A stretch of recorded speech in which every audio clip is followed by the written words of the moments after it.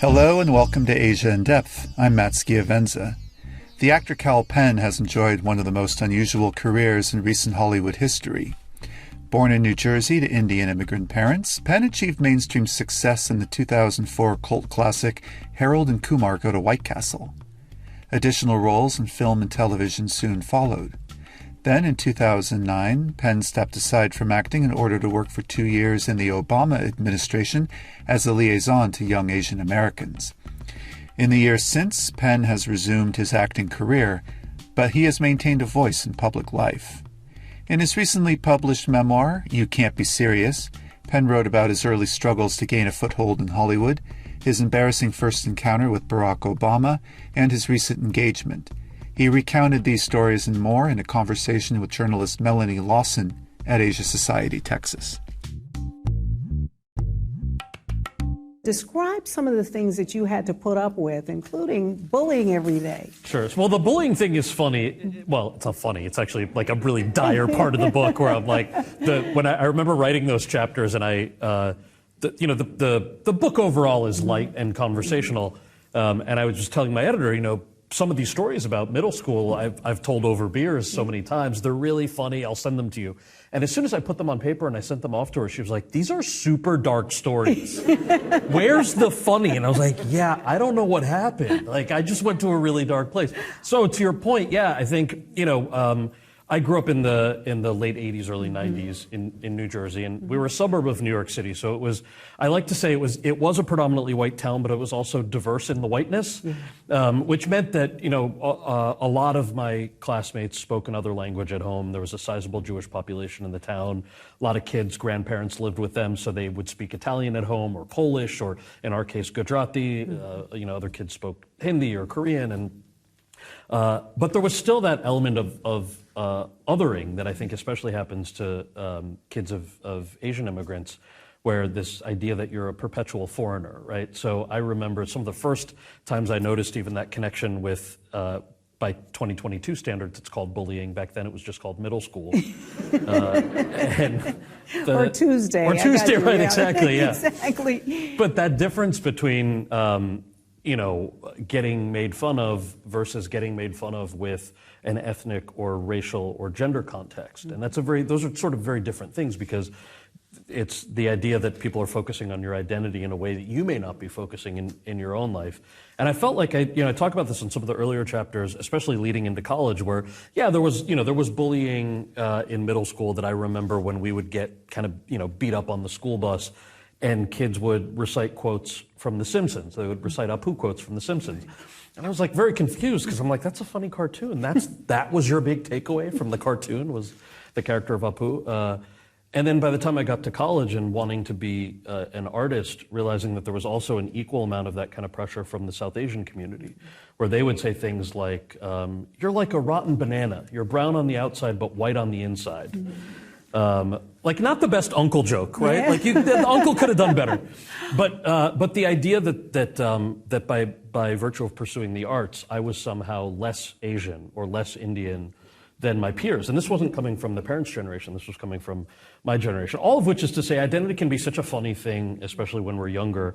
Nowadays, and by the way, by the third draft, there were jokes in those chapters that weren't there in the first one. But I realized, as an adult now, looking back, just kind of feeling like it almost feels silly to have been bothered by a lot of that stuff. But of course I was bothered by it, because at the time that was all I knew that I was sort of up against, was on the one hand, the kids I was going to school with, on the other hand, folks in our own community who weren't necessarily encouraging the artistic side of us. Yeah, and that's what I want to talk about next. You're the son of immigrants, and I love the sort of window into your family and into your community. If you'll talk about that, some of the times that you would get together and the kids would be asked, what do you want to be when you grow up? So what do you want to be when you grow up? I have to say, for those of you from the community at large, and what's wonderful about the Asian American community is it's a gigantic umbrella with like 50 subgroups. But I think the one commonality is, like, everyone's got aunties. Aunties don't mean that they're necessarily blood related to you. They just mean that they're all up in your business. And the reason they're up in your business is because of that sense of extended family and community that when, my parents were part of the post-1965 wave of immigration, which meant that my dad was allowed to come to the United States because there was a shortage of engineers. And so we needed to import them, and he was going to grad school for engineering, and that's why he was able to come, and that's why my brother and I were born and raised in New Jersey. So all of the people who we called aunties and uncles were friends of my parents when they had first come to America. And there was a lot of pressure associated with that because to them, the American dream was only one singular thing. It was either you can make it in this country if you're an engineer, a doctor, a pharmacist, one of the small sliver of reasons why they were allowed to become American to begin with. But try telling that to a 15-year-old kid. I mean, you don't understand that at 15, right? So I remember to your point, when my parents would have their friends over, there were all these aunties and uncles who would gather around with all the high school kids, and this game of what do you want to be when you grow up and where do you want to go to college would happen. And I would dread this game all the time. I mean, it wasn't a game. They were dead serious about this. And it would go to like the first kid. I'm like, oh, auntie, I want to go to Yale for pre-med. And everyone's like, oh, that's very good. That's very good. And then it would go to the next kid, and the next kid was like, well, I want to go to Princeton, and I want to be pre-med. Oh, that's very good. Then it would go to the third kid, and the third kid would be like, well, I want to go to Boston University, and everyone would be like, oh, no. Oh, Boston. And he'd be like, further 7-year medical program. And they'd be, oh, well, very good. That's good. But then it would get to me, and I would say, I think I'd like to go to NYU or UCLA, and I want to be a filmmaker. I want to be an actor and a filmmaker. And it was like pin drop silence. And depending on the auntie or uncle doing the quizzing, there would also be laughter. And then like, no, seriously, what do you really want to be when you grow up, right? And I understand it, of course, now as an adult, knowing what they went through and knowing their perspective. I don't want to ruin the end of the book for you, but it really does sort of bookend my story where I called. There was about 8 months of fact-checking that went into this after I turned in my later manuscript, because there's a good chunk of the first third of the book that's family, and then a lot of race and misogyny stories in Hollywood, and a lot about the political world and working at the White House. And I just wanted to make sure, like, this is not a book about calling individuals out. It's not a book about throwing somebody under the bus, but it's about how systems can and do change in wonderful ways. But it meant that if I was telling stories about racism in Hollywood, I better make damn sure that they're accurate stories. Yeah. So in part of that fact-checking, I also talked to my parents a lot and said, I just want to make sure that these stories are accurate in your mind about how you came to America. And I said, how embarrassed were you on a scale of 1 to 10 when we would have those family gatherings and I said that I wanted to be an actor? How embarrassed were you? And my parents said, we were never embarrassed. We were scared. Because we didn't know that in America that was the type of a career that our son could have, or that anybody could have, that the arts were a legitimate career that could put a roof over your head and stability in your life. And I don't know why. I mean, probably just the fact that I was, born an American kid. It had never dawned on me the amount of fear that must have been in my parents when they moved to America and tried to start a family on a very modest income. And so I think that was one of the big takeaways, that the idea that fear in many of our communities and our families and our histories have driven a lot that the next generation then sort of either takes for granted like I did or breaks out of a little bit. Yeah, as we say in our community, you got to be twice as good, 3 times as good to get half as far. Yeah. So tell me when you knew that you wanted to be an actor, and it happened pretty young in your life. Well, it's around the time of the bullying. I half-jokingly say that, like, if for those of you who know any friends who are stand-up comics or you've heard comedic actors, like the idea that there's some amount of turmoil in your life that led to, like, I know how to be funny, and then you can, like, trace it back to that. Yes. So my story was sort of similar. I was doing, in 8th grade, I did a production of The Wiz, which is like the urban Wizard of Oz, is what they call it. That's their words. And I played the Tin Man. You're welcome. And we rehearsed for a few months for this play. I don't know where everybody else went to middle school, but in my middle school, it was not cool to be in drama club. I think that's universal.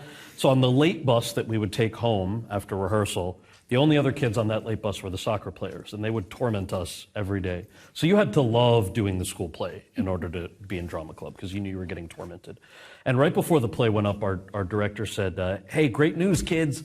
We're going to put up 3 scenes from the play for the whole school. And that way everyone will know that they should come see it. And we're like, absolutely not. If middle school parents are willing to pay $5 to see it, that is very different than sitting through hell in an auditorium and doing this for the whole school. And we were forced to do it. And in the third scene, it's where they all get their heart and their courage and all that. So the Tin Man gets his heart from the Wizard of Oz. And the line as scripted is, I'm supposed to turn to the audience and say, all you fine ladies out there, watch out. And it's this very wholesome, the Tin Man is now capable of love kind of lines. And you might have heard actors say this thing, I was in the zone, which means the character just took over. I had no memory or control of what I was doing. This is the first time I experienced that. So the Wiz gives me the heart, and I say, all you fine ladies out there, and I turn to the audience, and I walk to the edge of the stage, and I did one gigantic pelvic thrust. And I said, watch out. And the crowd went wild. The girls started screaming. The guys were applauding. I have no memory of this, but there's a video of it. I think it's on my Instagram now. We gave it to CBS Sunday Morning when they did the interview to launch the book. And I got on that late bus on the way home, and all the soccer players started applauding, not just to me, but to the whole cast. And we thought they were kidding. We thought the spitballs were going to follow. And they said, that was so cool. We had no idea that that's what you guys were doing. And it's not like we became best friends after that, but just this little thing in my 14-year-old brain that said the power of comedy and theater could bring people together. Like, these kids hated us to our core. And they didn't know why, but that wall came down because of a stupid joke or a play that they saw us do in front of the school. So that was one of the probably first times that I thought, there's a magic to this that I really enjoy, and if I can segue this into a career somehow, I would be lucky to do that. Yeah, really. And I've seen that video. It's hilarious, by the way. It is hilarious. But you had one of your dreams come true. You got into UCLA, into their program there, and you did well. You performed very well. But then came time to try to find an agent, to try to find somebody out there who would represent you. If you would, talk about that, because you saw a real difference between you and some of your classmates. Yeah, so this was the now we're talking late 90s, early 2000s, and every actor struggles to get their foot in the door. That's just something that you accept if you're going into this profession. So I moved to LA, and I knew it was going to take some time to find an agent. You need an agent to represent you so that you can go on professional auditions. So actors will save up for a long time to get a car. There's a story about how I finally saved up to get actually, I bought a parking spot before I had access to a car, which is LA, right? Which is LA, and it's also like, if you don't have a math brain, then you figure, well, if you're getting a parking spot, then statistically, somehow you'll end up being able to get a car. That's not how statistics work. But it did work out, so maybe there's something to it. But you save up for headshots and resumes and things like that. And I started sending them out, and for about 3 years, nobody was calling. No agents were calling. And simultaneously, my peers who were in the theater and film school, I was the only Asian American kid in my class at UCLA in the theater program, and everyone else was getting agents. And I was very happy for them, obviously. And then they started booking jobs as time went on. And I still hadn't been able to get my foot in the door. And so there was a friend of mine, her name is Jenna Von Oy, wonderful actor. She was on Blossom when we were kids in a show called The Parkers. And she had a real A-list manager at the time. And she said, why don't I just take your tape, your reel, and your resume to my manager? He'll at least meet with you and maybe give you some thoughts on what isn't working in these audition tapes, so you know what to do better. And I said, that would be great if you would do that for me. She came back a week later, she called me and she said, so he doesn't want to meet with you, and I'm just curious how much you want to know about what he told me. I'm like, well, I want to know everything. I want to know what I have to do differently to get a meeting like this. And she said, well, first of all, you should know, he said you were very good.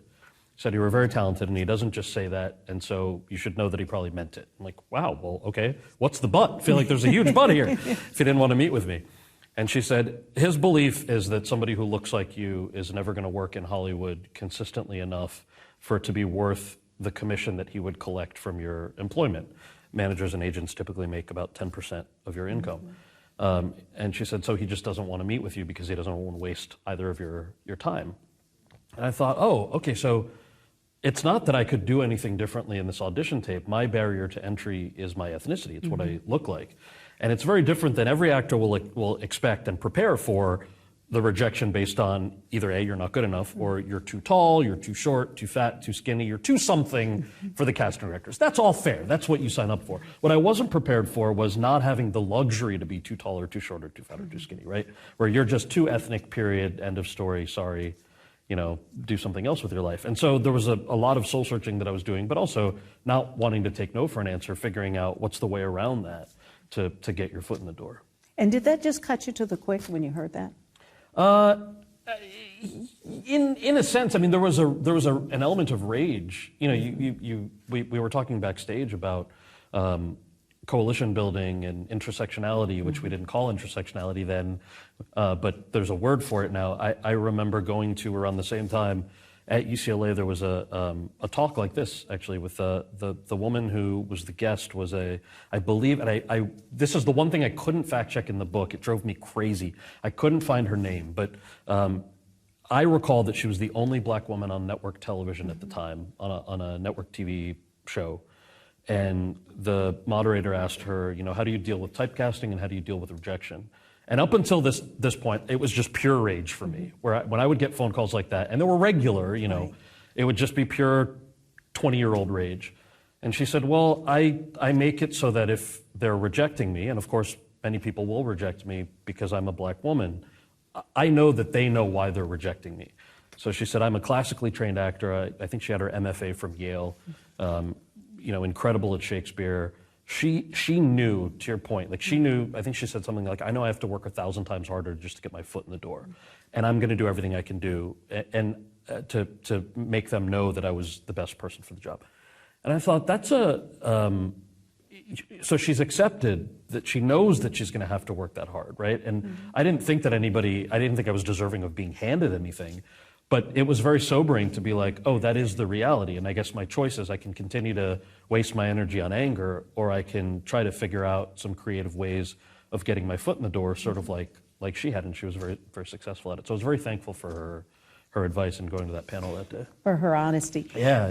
I want to hear a little bit about some of the auditions you did, because there were times when you were at least able to get your foot in the door. But you had some pretty crazy auditions, and I think specifically about Sabrina the Teenage Witch. Oh, sure. And what people asked of you when you came in, and they said, hey, you're great at this, but... So everybody wanted, when I say everybody, that's unfair, but a sizable percent of auditions were based on, can you do an Indian accent, or can you do something sort of reductionist or stereotypical, and that's certainly nothing new for Asian American actors, or really performers of color and women, period, although thankfully that's changed so much in the last 10 years. But so, you'd go on auditions, and I would prepare something, and I'd do the audition, and then I'd be told, can you do an accent? And like in the case of Sabrina the Teenage Witch, which was, do y'all remember that show, by the way, from back in the day? So I had this audition I was very excited about. I had finally gotten an agent, and she called and she said, great audition, you're playing the part of a kid who's in a study group with Sabrina. I'm like, great. It's only 4 lines. And I went out and I prepared a whole backstory for this character. Like, this character is from Seattle, and he likes small batch organic coffee, and he wears flannels and likes Pearl Jam and Nirvana. Like, I really took this very seriously. And I went in, I did the audition, and I was on my way back to the car in the parking garage, and the casting director ran after me. He said, hey, the producers and the director really want you to do it again. Can you come back? And that's always a good sign. Mm-hmm. So I walked back in, they said, hey, we'd love for you to do it again, this time with an accent. And I gave them the line I always used to give people at the time, which is, sure, what kind of accent would you like? I can do Alabama, Irish, Italian, I would just rattle off everything. And they would always, in some way, and this producer was a little more cocky and just went, yeah, why don't we just stick to Indian? I'm like, all right, yeah, sure. So then there's a decision point, and at that point it was, my rent was $550 a month, and that job paid about $700. So A, it gives me a month's rent, and B, it's a credit on the resume, which is sort of what my agent had been gunning for. So let's jump to, I booked the part, and I asked my agent, can you please talk to the producer and see if I can do it the way I did it first, without an Indian accent? And she said, my advice to you would be take the job because you need it and you should take it anyway. But talk to the director when you get to set that day and just make your case. I was like, that's a great idea. So I showed up early, found the director by the coffee cart, and I said, hey, man, thank you so much for having me on the show. It's such a funny show. It was not that funny of a show. But I talked him up, buttered him up a little bit, and I said I was hoping maybe I could play this part without an accent. I created a whole backstory that's kind of funny. And he said, oh, no, that accent is so funny, you're going to do it. And then I said, maybe he just doesn't know. So I said, I never grew up getting to see characters who looked like me on screen that weren't stereotypes, and I just thought it'd be really cool if he didn't have an accent. And he goes, no, the accent's funny. You're going to do it. And then this little voice in my head said, they say that racism comes from ignorance, so maybe you should double down and really explain to him what the deal is. So I said, look, man, I have little cousins who love your show. That was true. And I said, I think it would be so great if somebody who looked like me could be on that show speaking like we normally do without the reductionism. And I promise you it'll be funny. I've worked really hard on making sure that I can land all the jokes. And I just think that'd be really cool for my cousins and kids who are like my cousins. And he said, well, let me tell you something. Your cousins should feel very lucky that you're allowed to be on TV to begin with, and so should you. And he walked off. And I was like, okay, so it's not ignorance that makes people racist. It's just a fundamental desire to keep other people down. And so that's, not to blanket it. Obviously, it's different in each case. But that was a rough lesson in that. The reason I tell that story is that it's a show that most people know, but there were 100 other stories that were exactly like that. And it wasn't just it's not a woe is me story. Yeah. Most Asian American actors who I knew at the time were dealing with exactly that type of a situation when we'd go on auditions. And there's something that in the book I call the Brown Catch-22, which is you can't get your foot in the door unless you've got credits on your resume. And you can't get credits on your resume unless you're willing to take jobs like that in Sabrina the Teenage Witch. So the hope was you would take these stereotypical jobs so that you could break out of it and then do something bigger, which was the advice that my agent had given me, and it turned out to be true. We're all living with climate change, but what can we do about it? The Kal Plus Size podcast, newly released by Asia Society's Center on U.S.-China Relations, brings you global conversations on what's happening with climate change around the world and what's being done to bend the curve. Join host Mary Kay Magistad for bi-weekly episodes at colandIce.org/podcast or search Kal Plus Ice wherever you listen to your podcasts. And now let's get back to the conversation. Let's get to Harold and Kumar. Yeah. How did that happen? And how did they take a look at two actors of color and say, we're going to make them the leads in this movie? So there are two wonderful guys who I obviously will revere till the day I die, John Hurwitz and Hayden Schlossberg, the two guys who wrote the Harold and Kumar movies. I met them at a friend's birthday party maybe a year before the movie was made, and it was a mutual friend who introduced us. And I remember John Hurwitz, one of the Harold and Kumar writers, he said, we said hi to each other, and he goes, oh, man, you don't have an Indian accent. And I said something like, well, you're a real asshole. And he goes, no. I know your work. I had done a movie called Van Wilder with Ryan Reynolds that came out a couple years prior. And he goes, I know your work. I just thought your accent was real. I'm so glad you don't have an accent because I wrote this script called Harold and Kumar Go to White Castle that you would actually be perfect for. I'd love to send it to you and read it. We're going out to the marketplace with it in 2 weeks. And he told me what it was about. And I said, I would love to read this, but let me tell you, you're never going to sell this to a studio. I would love to help you find VC funding. Yeah. There are all these Indian cardiologists who could probably, they can probably fund a movie. So we should do that. And they looked at me like I was insane. They're like, no, we're going to go ahead and sell it to a studio because that's why we wrote it. So they sent me the script. It was the funniest thing I'd ever read. And again, I told them, there's no way a studio is going to buy this because of my experiences like Sabrina and 100 other ones like it. I said, just trust me, nobody's going to buy this. And they called a few days later and said, we just sold it to New Line Cinema and a company called Senator, and they're going to start casting. And then it just became this really wide net. I mean, there were no shortage of brown and yellow actors to play these parts, right? So for the next 6 or 7 months, just audition after audition as they narrowed it down further and further. But that just went to show me, they got that script sold because it was so funny. It had to be 1,000 times funnier than a script that maybe didn't have two Asian American men as leads in a comedy. And when I first read it, I just thought it was funny, period, just because the jokes were hilarious and ridiculous and ludicrous. And then you get down to how special it was to be able to play characters like that, because it was a first. And I was like, wow, this would be a dream come true if I had the chance to book it. And did it just change the trajectory of everything that was happening in your life? It Were did, you yeah. suddenly able to get those calls back? Yes, and to be fair, the reason I think, like I said, there was no shortage of actors to play those parts. My belief is that the reason that I was chosen over the short list at the end was because I was the only South Asian actor who had a studio film credit on his resume, because I had done Van Wilder, which is a whole other long story that's in the book, where the guy I played is an exchange student, literally named Taj Mahal.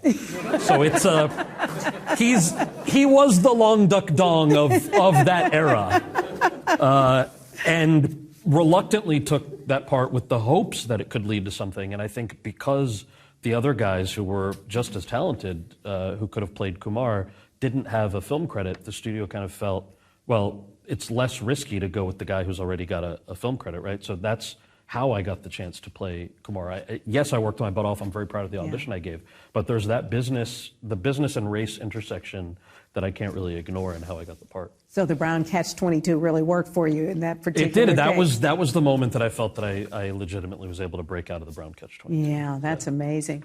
I want to talk about some of the movies that we see now, things like Slumdog Millionaire, and Crazy Rich Asians. Was there that same sort of attitude in the beginning, this will never work, we'll never be able to sell this to a wide audience? Or did you know in your heart of hearts, as you see things like that, the business is changing? Yeah, so our belief was this script is so funny, and our life experience was that people will watch it. Yeah. We hope that people will watch it. And two things happen that I recall. The second part, there's like verifiable data. The first is what I recall. What I recall is when we started shooting the film, the only reason it got greenlit at New Line were there were these two junior executives who were given one project a season that they could greenlight. It was just a couple $1 million budget, which is very low, even in those days. And they greenlight the movie, and they're every week what are called dailies, which are selects of each scene, get sent to the executives in Los Angeles. We were shooting the movie up in Toronto. And the story goes, as we heard it, that during one of the first screening of some of the select scenes, one of the big executives, the older guys who helps run the company, who's no longer there, he stormed out of the screening saying, "Why the F don't these kids have accents?" And so he just didn't understand that in whatever greenlight process, when he was even pitched the movie, didn't understand that Harold and Kumar Go to White Castle was not about, like, Taj Mahal and Long Duck Dong getting hamburgers. That it was about something very different. So that was number one. And then number two, when the movie came out, a lot of people forget, it really tanked at the box office. It didn't do well. And so we were very hopeful that the universality of, it's a story about friendship more than anything else. There are subtexts of ethnicity and race, of course, but really it's a friendship story. It's a buddy comedy. And I was convinced that people would enjoy it for that reason. And we thought we were wrong initially. Didn't do well in the box office. The marketing wasn't great. And then a few months went by, and it kind of got dumped on HBO, and the DVD came out. And that's when the fans found it with no marketing budget. So they found it on their own, they bought it, they gifted it to each other, and it was not just happening in pockets in, LA, Houston, Chicago, San Francisco. It was happening all over the place, in rural areas, in urban areas. It was just people identified with the characters because they were fun and funny and accessible characters.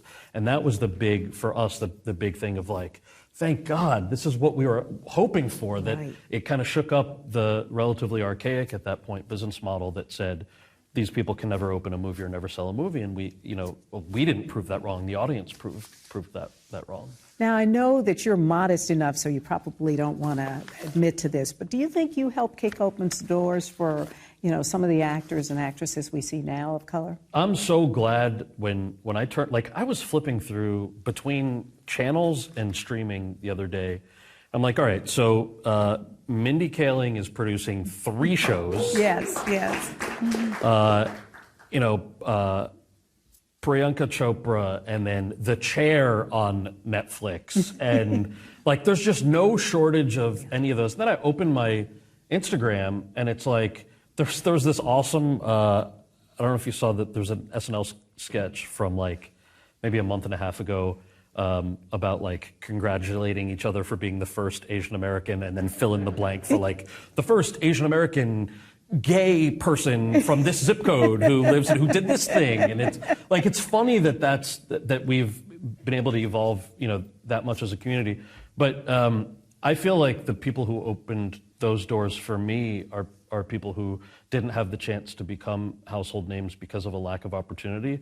But there are so many of them who, you know, there's a great theater company in LA called East West Players that's been around since I think the 60s. And they gave me the chance to do one of my first professional plays in LA, especially at a time when nobody else would hire me. And I met so many incredible Asian American actors who didn't have an opportunity in kind of mainstream or commercial film and TV.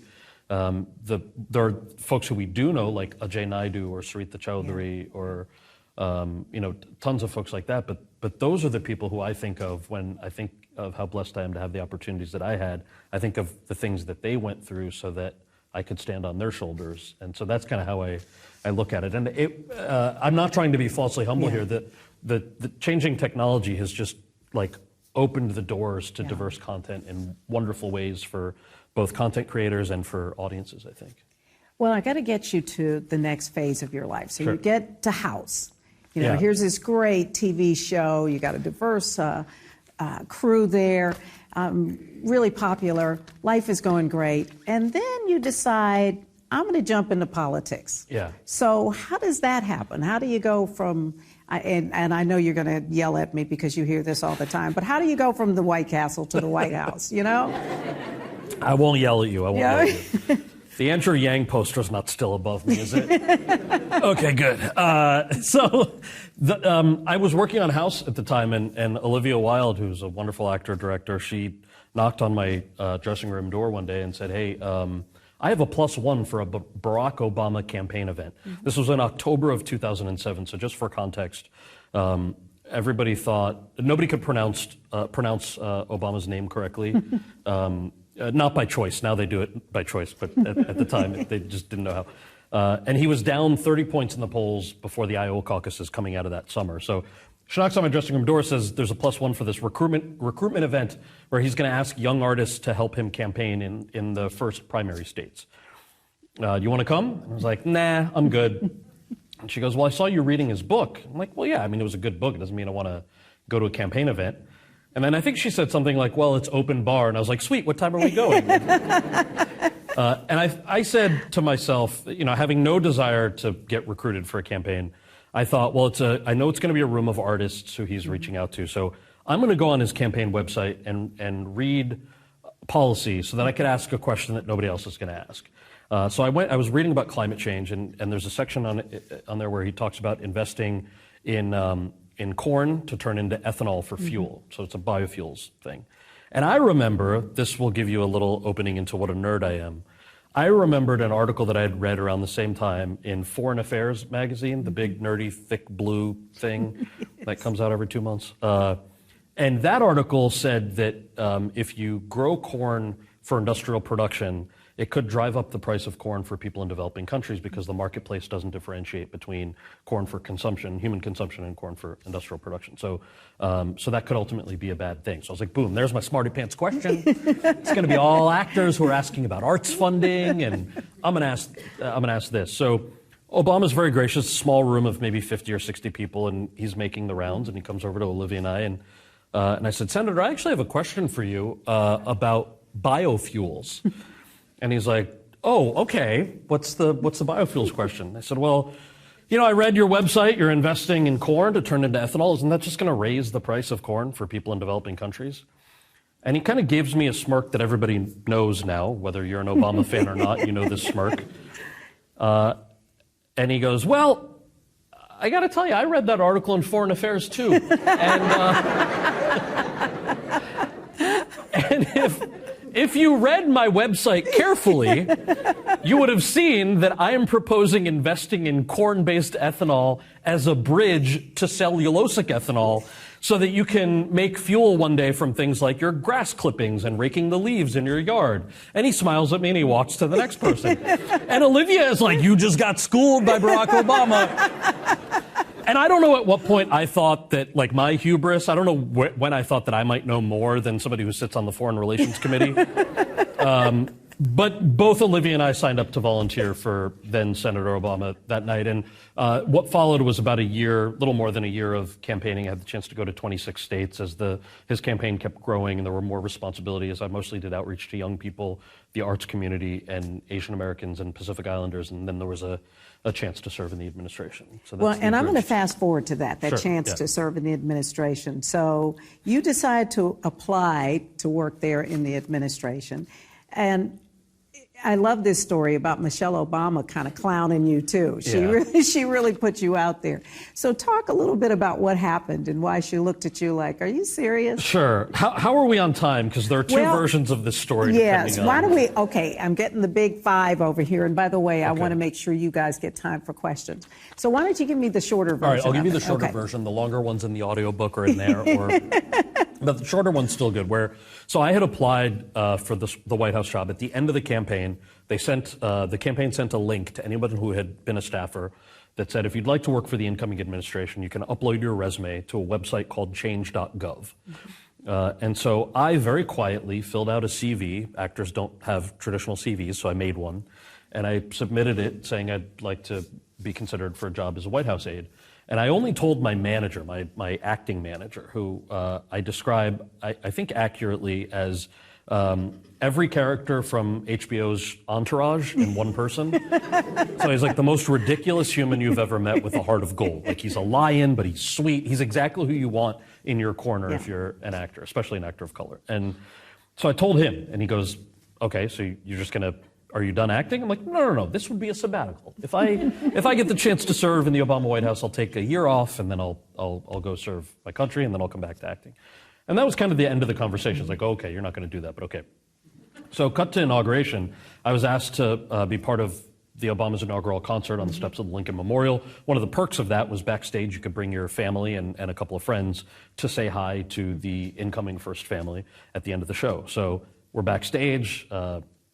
President-elect comes by, we say hello, Mrs. Obama comes by, and she says something in passing that I thought she must be saying to everybody. You know, hope you continue to stay involved. Mm-hmm. And I said, well, yes, of course, I would love to. Thank you, Mrs. Obama. And Dan, my manager, who was standing next to me, goes, well, you know he applied for a job, right? And I was like, oh, no, this is not happening right now. Don't say that to her, please. And Mrs. Obama goes, what are you talking about? And I tried to shut Dan up, and he just goes, yeah, he applied for a job at the White House. Nobody even called him back. And I am so mortified at this point. And Mrs. Obama looks at me and just goes, what are you talking about? Who did you apply with? And then I just sort of said, I didn't want to bother anybody, so I put my resume on change.gov. And the look that she gave me, I mean, everyone knows now that she has a very low threshold for BS. And she gave me the look that you're talking about, which I could only describe as like if I had dropped a fresh piece of pizza on the floor, cheese down, picked it up and still continued to eat it in front of her. Like, what is wrong with you kind of a thing? So then she says, hey, Barack, come here. And I was like, oh, no, please, no. It's like, no, Barack, come here. Tell him what you just told me. I'm like, no, I can't do it. So I was like, well, sir, I was just telling Mrs. Obama I applied for a job at the White House. You know, if I'm qualified at all, I'd be happy to serve. And he goes, oh, who did you apply with? And I was like, God, this question again. I was like, well, sir, I put my resume on change.gov. And then he was a little, like, he found this amusing, but said, why didn't you call anybody? And I realize in retrospect, I mentioned this by 2021 or 22 standards. You know, you think this was the leader of the free world. He was a two-term president. That's insane that he said that to you. But in reality, the way that he was looking at it, which is the way that I should have been looking at it, was he was a boss who was running a very successful startup that just shot up, right? And I joined that startup when it was 30 points down. Yeah. So that's coming out of that summer in October of 2007 and was with that team for this meteoric rise. Mm-hmm. So imagine it wasn't the US president, imagine it wasn't a campaign. If I wanted to continue working for a wildly successful organization that I had the privilege of being a part of, I should have made it known to the people who were running that organization, who I was working directly for that period of time. And by not making it known, it seemed disrespectful. And so this idea of what I now recognize was a combination of imposter syndrome and feeling like maybe I don't deserve to be there and all of those feelings, that's what it was. And what I should have done was figured out a way to use my networks to say, I'd like to be considered. And it just so happened that they were looking for somebody in the outreach office to fill the 3 jobs that I had had on the campaign. So that was the very bizarre segue. I will end with this. The biggest question I had in my final job interview was whether I was being hired because I'm an actor and whether there was any overlap there, because I wanted to really dedicate myself to the job. So Valerie Jarrett, who I directly reported to at the White House, was my final interview. And I said to her, Valerie, I need to know, am I being offered this job because I'm an actor? And she looked at me and said, I can assure you it's in spite of that. And I was like, okay, so I'm qualified. Well, and we're just about out of time, so I want to make sure the audience gets some questions in. But 2 things I want to ask you about. One is what you learned. You give up your career as an actor for a couple of years and you go and work in the White House, and what you sort of learned out of that. And then I want to talk about your personal life. Sure. So go first with the White House. The learning. So because I kept both worlds separate, I think the biggest thing that I came away from government work was a feeling of having more patience. So government operates slowly on purpose. 3 branches. We're not a dictatorship. That's all a very good thing, whether you agree with the people in power or not. So understanding that and having a sense of patience. And then, I was a mid-level staffer, which meant that the types of issues that I was working on, particularly for young people in the Asian American community, they weren't vitriolic or sexy enough to end up on cable news. And so you really had the chance to talk to people who vehemently disagreed with the president and work for them too, and get a lot of really good things done for a lot of people. There's during the Q&A, just remind me, especially after the BP oil spill in the Gulf, there's a whole story about how that affected particularly the Vietnamese American community in deeply red pockets of deeply red states, and it was never even a conversation, should we help them? So I walked away from that. Despite all the polarization these days, I still have that sense of what's possible if we kind of check our politics at the door and value public service for what it should be. All right, so I want to get all up in your business. Yeah, go ahead. Now. All right. You didn't just get engaged, but you were engaged now. And one of the things that you wrote about in the book, very matter-of-factly, I think, was the fact that you had been with your partner for 11 years and that you all were now engaged. Did you intend to come out, or did you just sort of, you wrote it down along with everything else in your life? Yeah, I'm happy to share that chapter. I was very naive in not recognizing that there would be so much love for that chapter, or so much attention on that chapter, because if I had known that, I maybe would have written more. Although Josh, my partner, is a very private person, very similar to my parents and my brother in that regard.